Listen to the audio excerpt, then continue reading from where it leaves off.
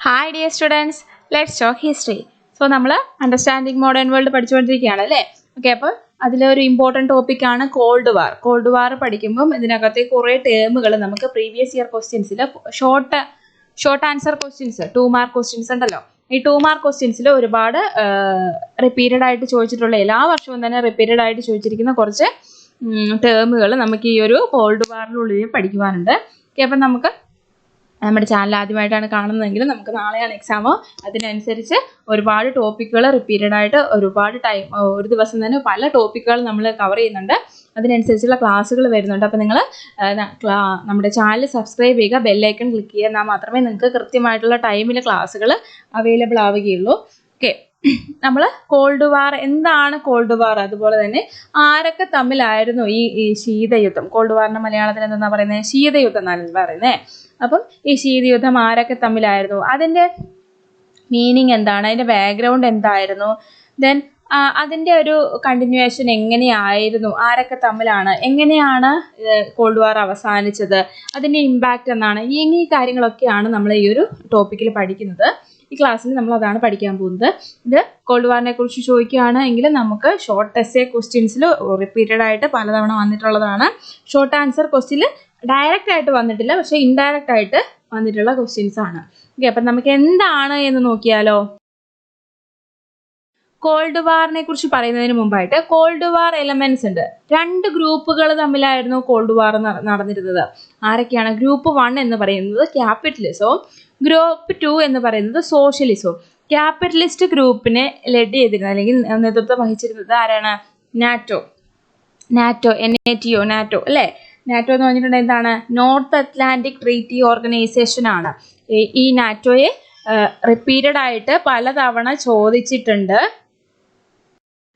ഈ ക്യാപിറ്റലിസം ഗ്രൂപ്പായിട്ടുള്ള ഈ നാറ്റോ നേതൃത്വം നൽകിയിട്ട് ഈ ഫസ്റ്റ് ഗ്രൂപ്പ് എന്ന് പറയുന്നത് USA അണ്ടറിലായിരുന്നു. ദെൻ ഗ്രൂപ്പ് 2 എന്ന് പറയുന്നത് സോഷ്യലിസത്തെ ബേസ് ചെയ്തിട്ടുള്ളതായിരുന്നു. ഇത് നേതൃത്വം നൽകിയത് ആരാണ്? വാർസ ഉടമ്പടി എന്നൊക്കെ നമ്മൾ കേട്ടിട്ടുണ്ടാവും അല്ലേ, ട്രീറ്റി ഓഫ് വാർസ. ഇത് ഒരു മിലിറ്ററി അലയൻസ് ആയിരുന്നു. ഓക്കെ, അതും നമുക്ക് റിപ്പീറ്റഡ് ആയിട്ട് വന്നിട്ടുള്ള ക്വസ്റ്റ്യൻ ആണ്, അതും നമ്മൾ പഠിക്കേണ്ടതാണ്. ഓക്കെ, അതുപോലെ തന്നെ മാർഷൽ പ്ലാന്, സെൻറ്റോ, ഇതൊക്കെ എന്താണ് നമ്മുടെ ഈ ഒരു കോൾഡ് വാറുമായിട്ട് ബന്ധപ്പെട്ടിട്ടുള്ള ടോപ്പിക്കുകളാണ്. ഓക്കെ, അപ്പം 2 ഗ്രൂപ്പുകൾ തമ്മിലുള്ള ഒരു യുദ്ധമായിരുന്നു കോൾഡ് വാർ എന്ന് പറയുന്നത് എന്ന് നമുക്ക് പറയാം. ഇവിടെ നമ്മൾ ശീതയുദ്ധത്തിൻ്റെ അല്ലെങ്കിൽ കോൾഡ് വാറിൻ്റെ ബാക്ക്ഗ്രൗണ്ട് എന്താണെന്ന് നോക്കുക. ഏത് സാഹചര്യത്തിലാണിത് ഉയർന്നു വന്നത് എന്നാണ് നോക്കുന്നത്. എന്താണ് ശീതയുദ്ധം എന്നാണ് പറയാൻ പോകുന്നത്. After the end of second world war 1939 to 45 ആ ഒരു കാലഘട്ടത്തിൽ ന്യൂ വേൾഡ് ഓർഡർ സിസ്റ്റം എന്നുവെച്ച് പുതിയ ഒരു ലോക ക്രമസമാധാന സംവിധാനം അല്ലെങ്കിൽ ക്രമസംവിധാനം നിലവിൽ വന്നു എന്നാണ് പറയുന്നത്. In international relations the time period from 1945 to 1990 known as cold war period. International റിലേഷൻസിന്റെ കാലഘട്ടത്തിൽ 1945 മുതൽ 1990 വരെയുള്ള കാലഘട്ടത്തെയാണ് എന്തെന്ന് പറയുന്നത്? കോൾഡ് വാർ പീരിയഡ് അല്ലെങ്കിൽ ശീതയുദ്ധ സമയം അല്ലെങ്കിൽ ശീതയുദ്ധ കാലഘട്ടം എന്ന് അറിയപ്പെടുന്നത്. ഓക്കെ, ഇനി അടുത്തത് കൊടുത്തിട്ടുണ്ട്. ആരാണ് ഈ കോൾഡ് വാർ എന്ന ടേം കോയിൻ ചെയ്തത് അല്ലെങ്കിൽ ആരാണ് ഈ കോൾഡ് വാർ എന്ന പദം ആദ്യമായിട്ട് ഉപയോഗിച്ചതെന്നാണ് പറയുന്നത്. ഈ അമേരിക്കയും സോവിയറ്റ് യൂണിയനും അമേരിക്കയും തമ്മിലുള്ള റിലേഷൻസിനെ ഡിസ്ക്രൈബ് ചെയ്യുന്നതിന് വേണ്ടിയിട്ട് ബെർണാഡ് ബ്രൂച്ച് മറക്കരുത്, കോൾഡ് വാർ എന്ന ടേം കോയിൻ ചെയ്യുന്നത്. അമേരിക്കയും സോവിയറ്റ് യൂണിയനും തമ്മിലുള്ള ബന്ധത്തെ വിവരിക്കുവാൻ വേണ്ടിയിട്ട് കോൾഡ് വാർ എന്ന പദം ആദ്യമായിട്ട് ഉപയോഗിച്ചത് ആരാണ്? ബെർണാഡ് ബ്രൂച്ച് ആണ്. ഓക്കെ, 2ാം ലോക മഹായുദ്ധ സമയത്ത് ഹാരി എസ് ട്രൂമാന്റെ പുതിയ ഭരണകൂടത്തിന്റെ വിശ്വസ്ത ഉപദേശകനായിരുന്നു ആര്? ഈ പറയുന്ന ബെർണാഡ് ബ്രൂച്ച്. ആരുടെയാണ്? ഹാരി എസ് ട്രൂമാന്റെ വിശ്വസ്തനായിരുന്നു അല്ലെങ്കിൽ ന്യൂ അഡ്വൈസർ ആയിരുന്നു, അഡ്മിനിസ്ട്രേഷന്റെ അഡ്വൈസർ ആയിരുന്നു ആര്? സെക്കൻഡ് വേൾഡ് വാർ ടൈമിൽ നമ്മുടെ ബെർണാഡ് ബ്രൂച്ച് എന്ന് പറയുന്നത്. During time period of 1945 to 1947, some incident took place which led to rivalry become like war, a like situation to become the most powerful nation state. എന്താണ് 1945 മുതൽ 1947 വരെയുള്ള കാലഘട്ടം എന്ന് പറയുന്നത് എന്താണ്? ചില സംഭവങ്ങൾ നടന്നു. ആ ഒരു കാലഘട്ടത്തിൽ ചില സംഭവങ്ങൾ നടന്നു. അത് കടത്ത മത്സരത്തിലേക്ക് അല്ലെങ്കിൽ ഒരു കോമ്പറ്റീഷനിലേക്ക് നയിക്കുകയുണ്ടായി. അത് യുദ്ധം പോലെയുള്ള ചില ഒരു സാഹചര്യമായി മാറി. ആ ഒരു കോമ്പറ്റീഷൻ ഒരു കോൺഫ്ലിക്റ്റ് ആയിട്ട് മാറി. ദെൻ ഏറ്റവും ശക്തമായ രാഷ്ട്രമായി മാറുകയും ചെയ്തു. എന്ത്? ഈ ഒരു കോൺഫ്ലിക്റ്റ് നടന്നതിലൂടെ അത് ഏറ്റവും ശക്തമായിട്ടുള്ളൊരു രാഷ്ട്രത്തെ പോലെയാണ് അത് മാറിയത്. ഓക്കെ,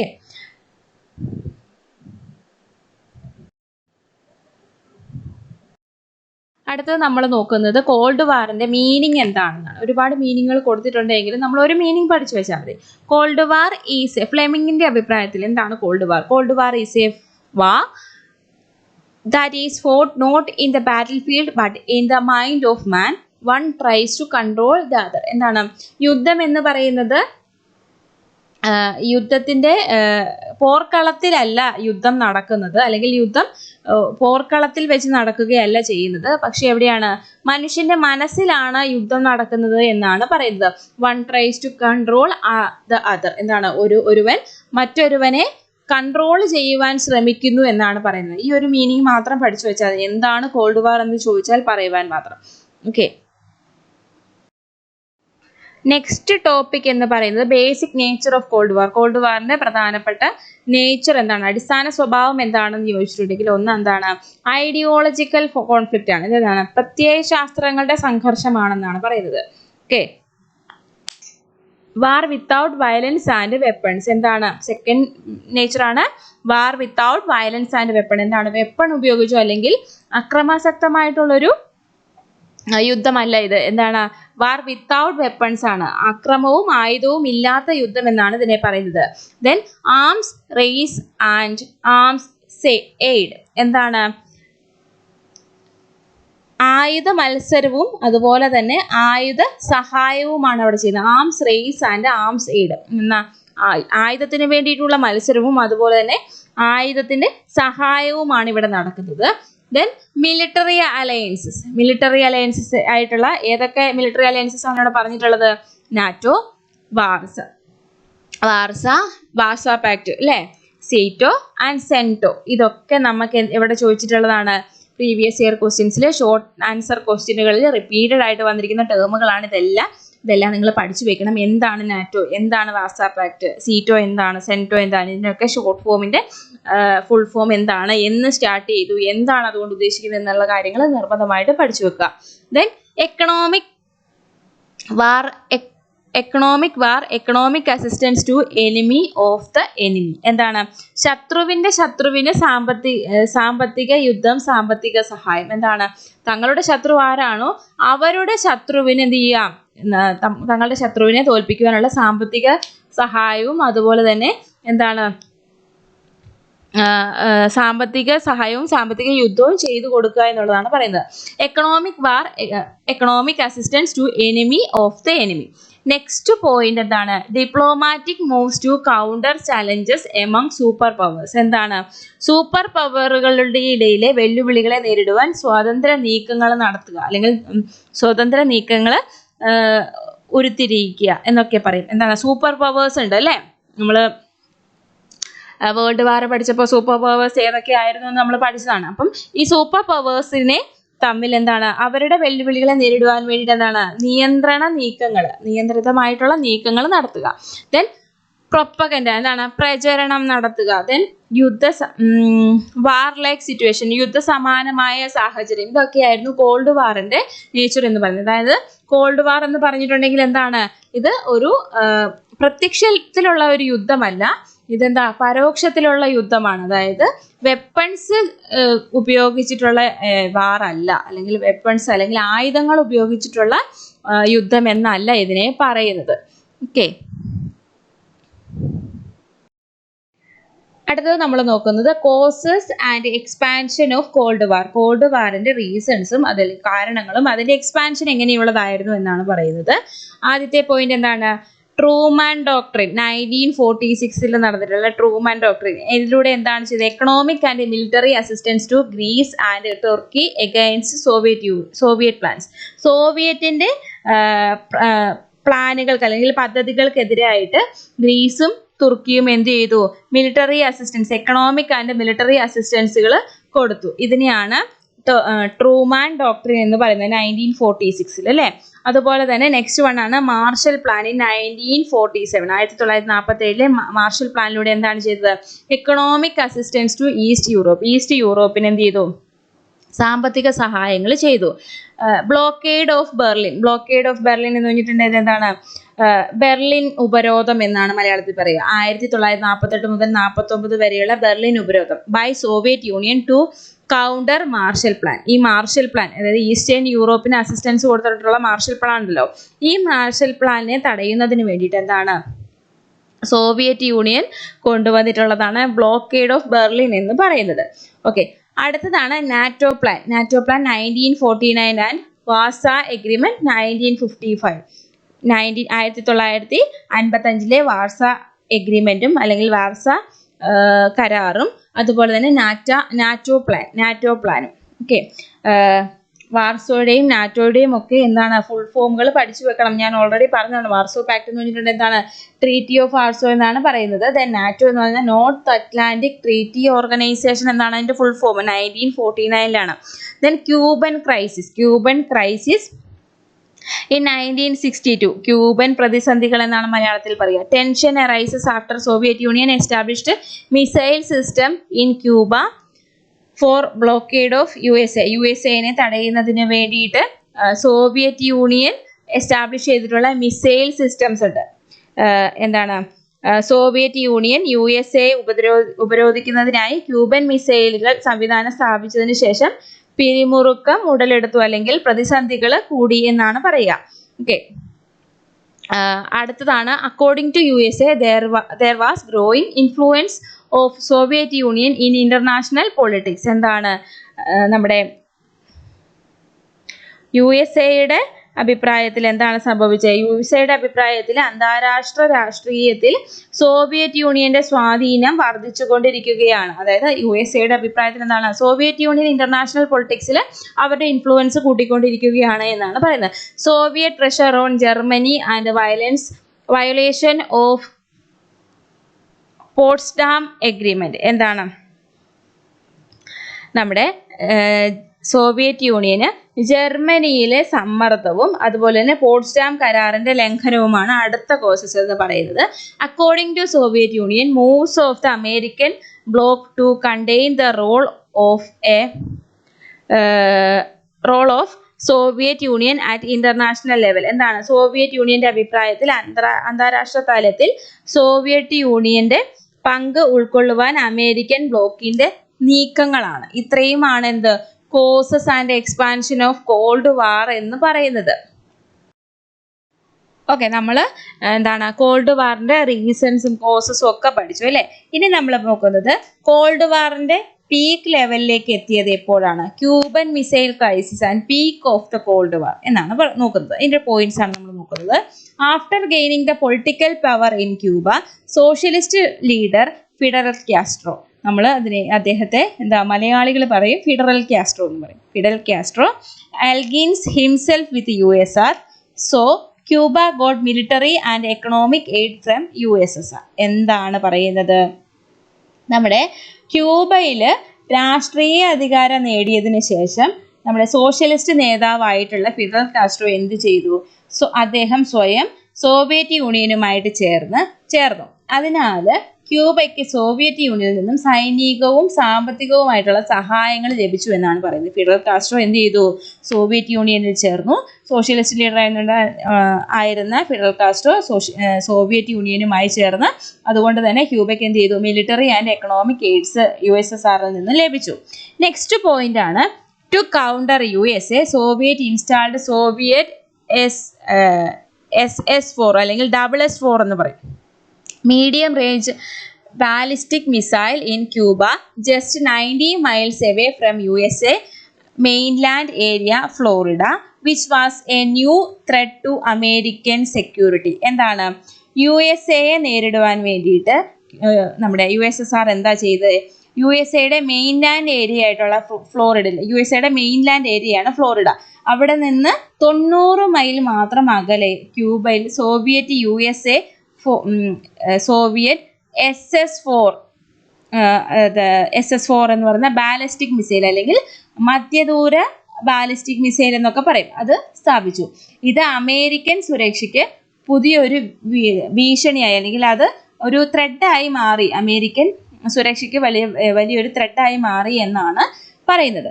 നെക്സ്റ്റ് പോയിന്റ് എന്ന് പറയുന്നത് Khrushchev had take A risk on installing the missiles to Cuba with the special goal of increasing his nation's nuclear strike capability. എന്താണ് ക്രൂഷ്ചേവ് എന്താണ് ചെയ്തത്? അദ്ദേഹം തൻ്റെ രാജ്യത്തിൻ്റെ ആണവ പ്രഹരശേഷി വർദ്ധിപ്പിക്കുക എന്ന പ്രത്യേക ലക്ഷ്യത്തോടെ ക്യൂബയിലേക്ക് എന്ത് ചെയ്തു? മിസൈലുകൾ സ്ഥാപിക്കുന്നതിന് ഒരു റിസ്ക് എടുത്തു. ആര്? ക്രൂഷ്ചേവ് തൻ്റെ രാജ്യത്തിൻ്റെ ആണവ പ്രഹരശേഷി അല്ലെങ്കിൽ ന്യൂക്ലിയർ സ്ട്രൈക്ക് കേപ്പബിലിറ്റീസ് പരീക്ഷിക്കുന്നതിന് വേണ്ടിയിട്ട് എന്ത് ചെയ്തു? ഒരു റിസ്ക് ഏറ്റെടുത്തു. അങ്ങനെ മിസൈൽ സ്ഥാപിക്കുന്നതിന് വേണ്ടിയിട്ട്, ക്യൂബയിലേക്ക് മിസൈൽ സ്ഥാപിക്കുന്നതിന് വേണ്ടിയിട്ട് ഒരു റിസ്ക് ഏറ്റെടുത്തു എന്നാണ് പറയുന്നത്. അടുത്തതാണ് USA blockade the Cuba through Navy to isolate Cuba from USSR and warns for nuclear attack if USSR will not withdraw missiles from Cuba. എന്താണ്? ക്യൂബയെ USSRൽ നിന്ന് ഒറ്റപ്പെടുത്തുവാൻ നാവികസേന വഴി USA എന്ത് ചെയ്തു? ക്യൂബയെ ഉപരോധിക്കുകയും ക്യൂബയിൽ നിന്ന് USSR മിസൈലുകൾ പിൻവലിച്ചില്ലെങ്കിൽ ആണവ ആക്രമണത്തിന് മുന്നറിയിപ്പ് നൽകുകയും ചെയ്തു. നമ്മൾ നേരത്തെ പറഞ്ഞു എന്താണ്? സോഷ്യലിസ്റ്റ് ലീഡർ ആയിട്ടുണ്ടായിരുന്ന ഫിഡൽ കാസ്ട്രോ എന്ത് ചെയ്തു? നമ്മുടെ USSRുമായിട്ട് ചേർന്നു. അതുകൊണ്ട് തന്നെ അവർക്ക് മിലിറ്ററി ആൻഡ് എക്കണോമിക് സഹായങ്ങൾ ആര് ചെയ്തു? നമ്മുടെ USSR ചെയ്തു എന്ന് പറഞ്ഞു. അതിനെതിരെയായിട്ട് എന്താണ്? നമ്മുടെ USSRന് ഒരു മുന്നറിയിപ്പ് നൽകി. ക്യൂബയിൽ നിന്നും മിസൈലുകൾ പിൻവലിച്ചില്ല എങ്കിൽ എന്ത് ചെയ്യും? ഇവർക്കെതിരെ ആക്രമണങ്ങൾ അഴിച്ചുവിടുമെന്ന് USSRന് ഒരു മുന്നറിയിപ്പ് നൽകി എന്നാണ് പറഞ്ഞത്.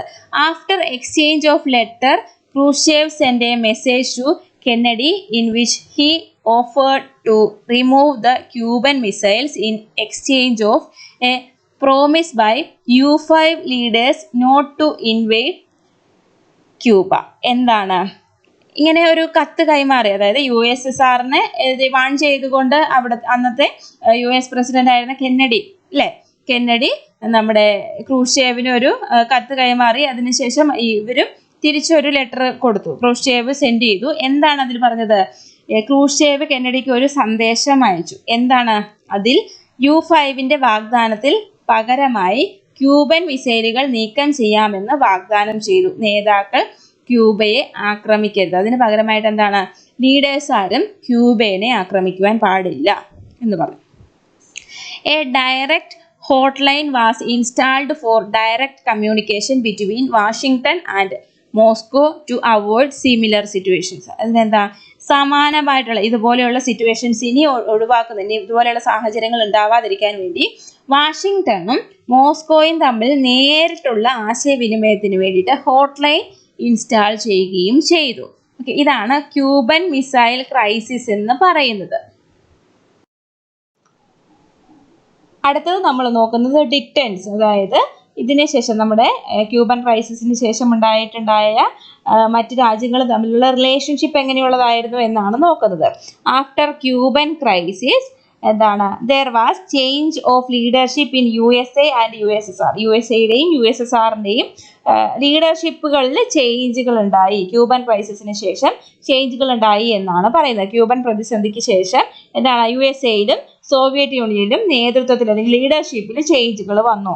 After the end of Cuban crisis both USA and USSR agreed for arms control agreements like PTBT in 1963, Outer Space Treaty 1967 and NPT 1968. എന്താണ്? ക്യൂബൻ ക്രൈസിസിന് ശേഷം USAയും USSRും ആംസ് കൺട്രോൾ, ആയുധങ്ങളുടെ കൺട്രോൾ ചെയ്യുന്നതിലുള്ള കരാറുകളിൽ ആരെ ഒപ്പുവെച്ചു? നമ്മുടെ USA-യും USSR-ഉം ഒപ്പുവെച്ചു. അതിന്റെ എഗ്രിമെന്റുകളുടെ പേരാണ് PTBT 1963, ഔട്ട്സ്പേസ് ട്രീറ്റി 1967 and NPT 1968 എന്ന് പറയുന്നത്. In 1971 a agreement was signed to prohibited emplacement of nuclear weapons on the seabed. എന്താണ്? 1971 ആണവായുധങ്ങൾ നിരോധിക്കുന്നതിനായിട്ട് ഒരു കരാറിൽ എന്ത് ചെയ്തു? ഒപ്പിടുകയുണ്ടായി. എന്നാണ് 1971 ആണവായുധങ്ങൾ കേട്ടോ, ന്യൂക്ലിയർ വെപ്പൺസ് നിരോധിക്കുന്നതിന് വേണ്ടിയിട്ട് ഒരു കരാറിൽ ഒപ്പിട്ടു എന്നാണ് പറയുന്നത്. Then JJI 1972 SALT I was signed between the America and Soviet Union. JJI-യും SALT I-ഉം അമേരിക്കയും സോവിയറ്റ് യൂണിയനും കൂടി എന്ത് ചെയ്തു? സൈൻ ചെയ്ത് ഒപ്പിട്ടു. എന്തിനു വേണ്ടിയിട്ടാണ്? which subsequently was followed by SALT I in 1978. 1971 അതിനെ ഫോളോ ചെയ്ത് SALT I-ലും ഒപ്പിട്ടു. These agreements collectively decreased the tension of the Cold War. ഈ എഗ്രിമെന്റുകളൊക്കെ എന്താണ്? കോൾഡ് വാറിനെ കുറിച്ചുള്ള ടെൻഷനുകളൊക്കെ എന്തായി? ഒന്ന് കുറയ്ക്കുന്നതിന് കാരണമായി. This was an attempt to improve relations between USA and USSR. In general, it means that there was relaxation in tensions. എന്താണ്? ഈ ഒരു കരാറുകളിൽ ഒപ്പിട്ടതിലൂടെ എന്താണ്? USA-യും USSR-ഉം തമ്മിലുള്ള റിലേഷൻസ് ഇംപ്രൂവ് ആയി. നെഗറ്റീവ് അല്ല, പോസിറ്റീവ് ആയിട്ടാണ് പറയുന്നത്. In general it means that there was relaxation in tensions. ഇവരുടെ ആ ഒരു പിരിമുറുക്കത്തിൽ അല്ലെങ്കിൽ ആ ടെൻഷൻസിന് ഒരു റിലാക്സേഷൻ ഉണ്ടായി എന്നാണ് പറയുന്നത്. ദെൻ അടുത്ത് നമ്മൾ നോക്കുന്നത് സെയിം തന്നെ ഈ റിലേഷൻഷിപ്പിന്റെ കണ്ടിന്യൂഷൻ തന്നെയാണ്. US president Nixon and his secretary, നമ്മൾ പറഞ്ഞു USA-യുടെയും USSR-ന്റെയും ലീഡേഴ്സ് മാറുകയുണ്ടായി. Nixon and his secretary of state wants to improve relation with USSR and China. USA gave recognition as state to People's Republic of China in 1972. എന്താണ് പറയുന്നത്? USA-യും Soviet യൂണിയനും തമ്മിലുള്ള ബന്ധം മെച്ചപ്പെടുത്തുന്നതിന് ആർക്ക് ആഗ്രഹമുണ്ടായിരുന്നു? നമ്മുടെ US പ്രസിഡന്റ് ആയിരുന്ന നിക്സണും അദ്ദേഹത്തിന്റെ സെക്രട്ടറി ഓഫ് സ്റ്റേറ്റിനും ആഗ്രഹമുണ്ടായിരുന്നു. അതിന്റെ ഫലമായിട്ട് എന്താണ് സംഭവിച്ചത്? USA-യും USSR-ഉം ചൈനയും എന്താണ്? പീപ്പിൾസ് റിപ്പബ്ലിക് ചൈനയ്ക്ക് സംസ്ഥാനമായി അംഗീകാരം നൽകി. എന്താണ്? നമ്മുടെ USA എന്ത് ചെയ്തു? ചൈനയെ state to People's Republic of China, അതായത് ചൈനയ്ക്ക് സ്വാതന്ത്ര്യം അനുവദിച്ചു എന്നാണ് പറയുന്നത്. Okay. Then the key achievements of detent were signing on SALT I and II and the Helsinki Final Act of 1975. എന്താണ് അവിടെ പറയുന്നത്? ഡിറ്റന്റിന്റെ പ്രധാന നേട്ടങ്ങളിൽ ഒന്നാണ് SALT I and II എന്നിവയിൽ 1975 ഹെൽസിങ്കി അന്തിമ നിയമമായി മാറുകയും അതിൽ ഒപ്പുവെക്കുകയും ചെയ്തത്. Then end of Cambodian war and Vietnam war in 1975. 1975 എന്താണ്? കാംബോഡിയൻ വാറും വിയറ്റ്നാം വാറും എന്ത് ചെയ്തു? അവസാനിച്ചു. Various arms control agreements collectively decreased the tension of the cold war. എന്താണ്? വിവിധ ആയുധ നിയന്ത്രണ കരാറുകൾ ഈ പറയുന്ന കോൾഡ് വാറിന്റെ പിരിമുറുക്കം കൂട്ടത്തോടെ കുറച്ചു എന്നാണ്. ആയുധ നിരോധന അല്ലെങ്കിൽ എന്താ പറയുക, ആംസ് കൺട്രോൾ എഗ്രിമെന്റുകൾ, അതായിരിക്കും എളുപ്പം. ആംസ് കൺട്രോൾ എഗ്രിമെന്റുകൾ വന്നത് എന്താണ്? ഈ കോൾഡ് വാർ എന്ന ഒരു ടെൻഷന്റെ കുറച്ചു ഡിക്രീസ് ചെയ്തു എന്നാണ് പറയുന്നത്. മെൻവൈൽ Europe has restored itself from the wartime destruction. The resurgent Europe began to compete with the US economy. എന്താണ്? ഇതേ സമയം തന്നെ ഈ യുദ്ധകാലത്തെ നാശത്തിൽ നിന്ന് യൂറോപ്പ് സ്വന്തം വീണ്ടെടുക്കുകയാണ് ഉണ്ടായത്. ഉയർത്തെഴുന്നേറ്റ യൂറോപ്പ് എന്ത് ചെയ്തു? അമേരിക്കൻ സമ്പദ് വ്യവസ്ഥയുമായി മത്സരിക്കാൻ വീണ്ടും തുടങ്ങി എന്നാണ് പറയുന്നത്. Okay, the rebirth of the cold വാർ. ഒരു വിധത്തിൽ കോൾഡ് വാർ അവസാനിപ്പിച്ച് വെച്ചിരിക്കുന്ന സമയത്ത് വീണ്ടും എന്താണ് കോൾഡ് വാറിന്റെ ഒരു പുനർജന്മം എന്ന് പറയും, ശീതയുദ്ധത്തിന്റെ പുനർജന്മം. എങ്ങനെയായിരുന്നു? A communist government came into power with the support of USSR in Afghanistan in late 1970s. 1970-കളിൽ എന്താണ് USSRനെ സപ്പോർട്ട് ചെയ്തുകൊണ്ട് അഫ്ഗാനിസ്ഥാനിൽ ഒരു കമ്മ്യൂണിസ്റ്റ് ഗവൺമെന്റ് വളർന്നു വന്നു, കമ്മ്യൂണിസ്റ്റ് ഗവൺമെന്റിന്റെ പവർ വളർന്നു വന്നു. Then but USA with the help of religious extremist forces opposed the new government.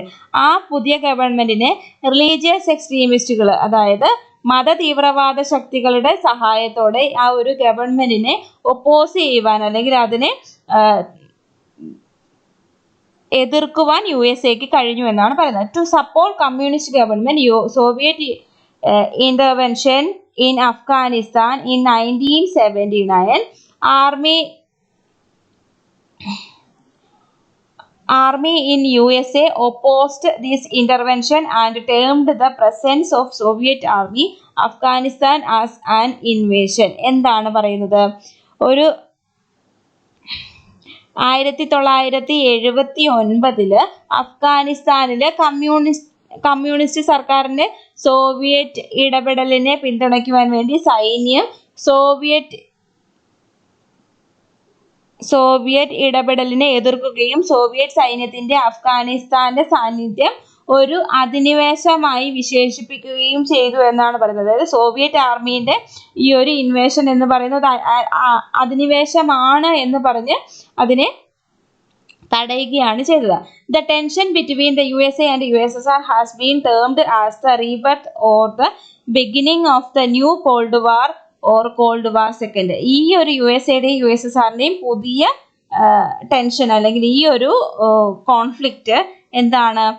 Called വാറിന്റെ second called വാർ അല്ലെങ്കിൽ രണ്ടാം ശീതയുദ്ധത്തിന്റെ ആരംഭം അല്ലെങ്കിൽ പുനർജന്മമായിട്ട് കണക്കാക്കുന്നു. The conflict between the USA and the USSR reached already at peak in 1983. 1983 ആയപ്പോഴേക്കും USAയുടെയും USSRന്റെയും ഈ ഒരു പ്രതിഷേധങ്ങൾ അല്ലെങ്കിൽ കോൺഫ്ലിക്റ്റുകൾ എന്താണ് അതിന്റെ പീക്കിലെത്തി, അതിന്റെ കൊടുമുടിയിലെത്തി. When the USSR shot down a South Korean civilian aircraft which was alleged to be on the spy mission. എന്താണ് ഈ 1983 ദൗത്യത്തിൽ ഏർപ്പെട്ടതായി ആരോപിക്കപ്പെടുന്ന ഒരു ദക്ഷിണ കൊറിയൻ സിവിലിയൻ വിമാനം USSR എന്ത് ചെയ്തു? വെടിവെച്ച് വീഴ്ത്തി. ഇതോടെ എന്താണ് USAയും USSRും തമ്മിലുള്ള ഈ ഒരു കോൺഫ്ലിക്റ്റ് അതിന്റെ പീക്കിലെത്തി എന്നാണ് പറയുന്നത്. To counter USSR influence, USA president Reagan plans star wars. എന്താണ് USSRനെ ഇതിനെതിരെയായിട്ട് പ്രതികരിക്കുവാൻ വേണ്ടി USAയുടെ പ്രസിഡന്റ് ആയിട്ടുണ്ടായിരുന്ന റെഗൻ എന്ത് ചെയ്തു? സ്റ്റാർ വാർസ് പ്ലാൻ ചെയ്തു, സ്റ്റാർ വാർസ് ആസൂത്രണം ചെയ്യുകയാണ് ഉണ്ടായത്. ദെൻ അതിനുശേഷം ഇനി നമ്മൾ നോക്കുന്നത് end of the cold war. Cold വാറിന്റെ അവസാനം എങ്ങനെയായിരുന്നു എന്നാണ് നോക്കുന്നത്. ശീതയുദ്ധത്തിന്റെ അവസാന കാലഘട്ടം എങ്ങനെയാണ്? There was slowdown in Soviet's economy since 1978 and there was compromised as its capacity to fund its military objectives, to say nothing of the cost of trying to maintain technological parity with the USA. എന്താണ് 1978 സോവിയറ്റിന്റെ സാമ്പത്തിക മാന്ദ്യം, Soviet യൂണിയനിൽ എന്താണ് സാമ്പത്തിക മാന്ദ്യം ഉണ്ടായിരുന്നു. USAയുമായി സാങ്കേതിക സമത്വം അല്ലെങ്കിൽ ടെക്നോളജിക്കൽ പാരിറ്റി മെയിൻറ്റെയിൻ ചെയ്യുവാൻ ആർക്ക് സാധിച്ചില്ല? നമ്മുടെ USSRന് സാധിച്ചില്ല.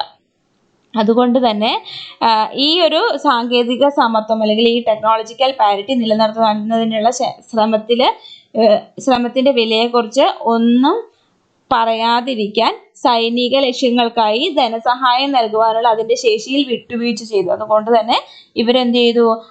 USSR എന്ത് ചെയ്തു? അവരുടെ സൈനിക ശേഷിയിൽ ധനസഹായം ചെയ്യുന്നതിൽ അവരൊരു വിട്ടുവീഴ്ച ചെയ്തു എന്നാണ് പറയുന്നത്.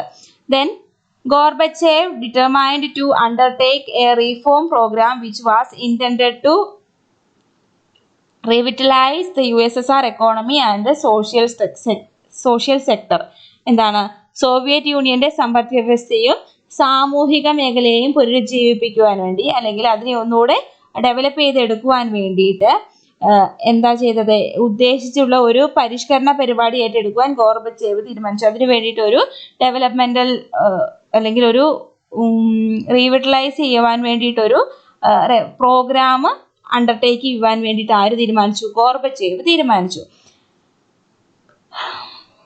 Then Mikhail Gorbachev's policies of perestroika and glasnost.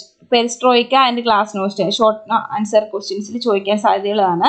Perestroika and glasnost were primarily responsible for the end of the cold war. എന്താണ് ഈ ഗോർബച്ചേവിന്റെ ഈ ഒരു പോളിസികൾ എന്താണ് നമ്മുടെ കോൾഡ് വാർ സെക്കൻഡ് കോൾഡ് വാറിന്റെ പ്രൈമറിലി എൻഡിന് അല്ലെങ്കിൽ പ്രാഥമികമായ അവസാനത്തിന് ഒരു ഉത്തരവാദിയായി മാറി എന്നാണ് പറയുന്നത്. ദെൻ അടുത്തത് നോക്കുവാണെങ്കിൽ INF treaty was signed, though the treaty was not fully implemented. It reduced strategic weapons by about 30%. എന്താണ് പറയുന്നത്?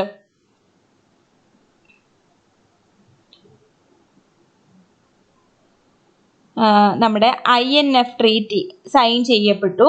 അതിലൂടെ എന്താണ് പക്ഷേ അതെന്താണ് ഈ ഒരു ട്രീറ്റി ഫുള്ളി ഇംപ്ലിമെന്റ് ചെയ്യുവാൻ സാധിച്ചില്ല എങ്കിലും എന്താണ് സ്ട്രാറ്റജിക് വെപ്പൺസ് 30% വരെ കുറയ്ക്കുവാൻ ഈ ഒരു INF ട്രീറ്റി സഹായിച്ചു എന്നാണ് പറയുന്നത്.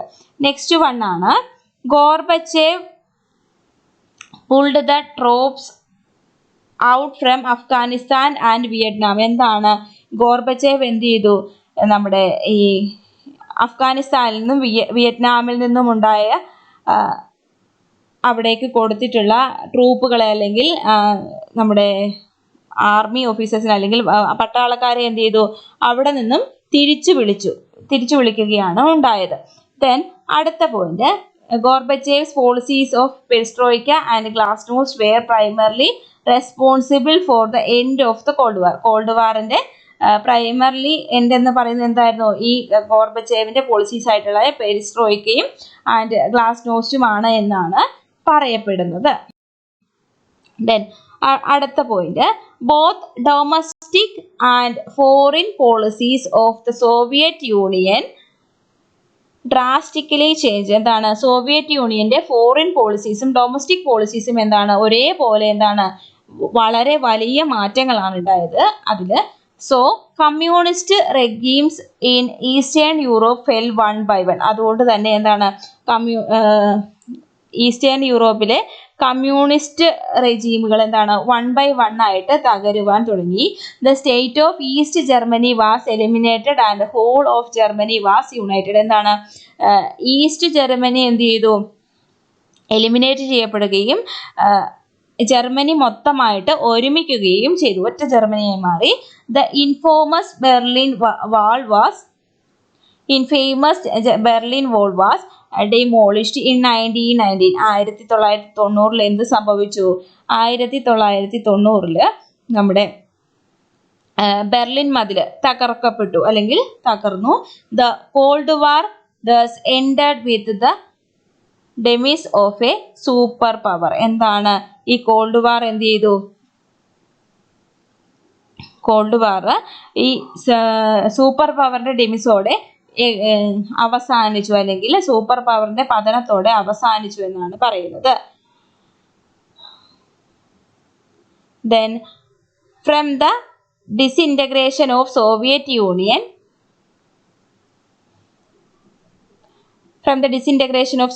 Union came the following new sovereign states. എന്താണ് ഈ സോവിയറ്റ് യൂണിയന്റെ ഡിസിൻറ്റഗ്രേഷനിലൂടെ എന്താണ് സംഭവിച്ചത്? പുതിയ സ്റ്റേറ്റുകൾ ഉദയം ചെയ്തു.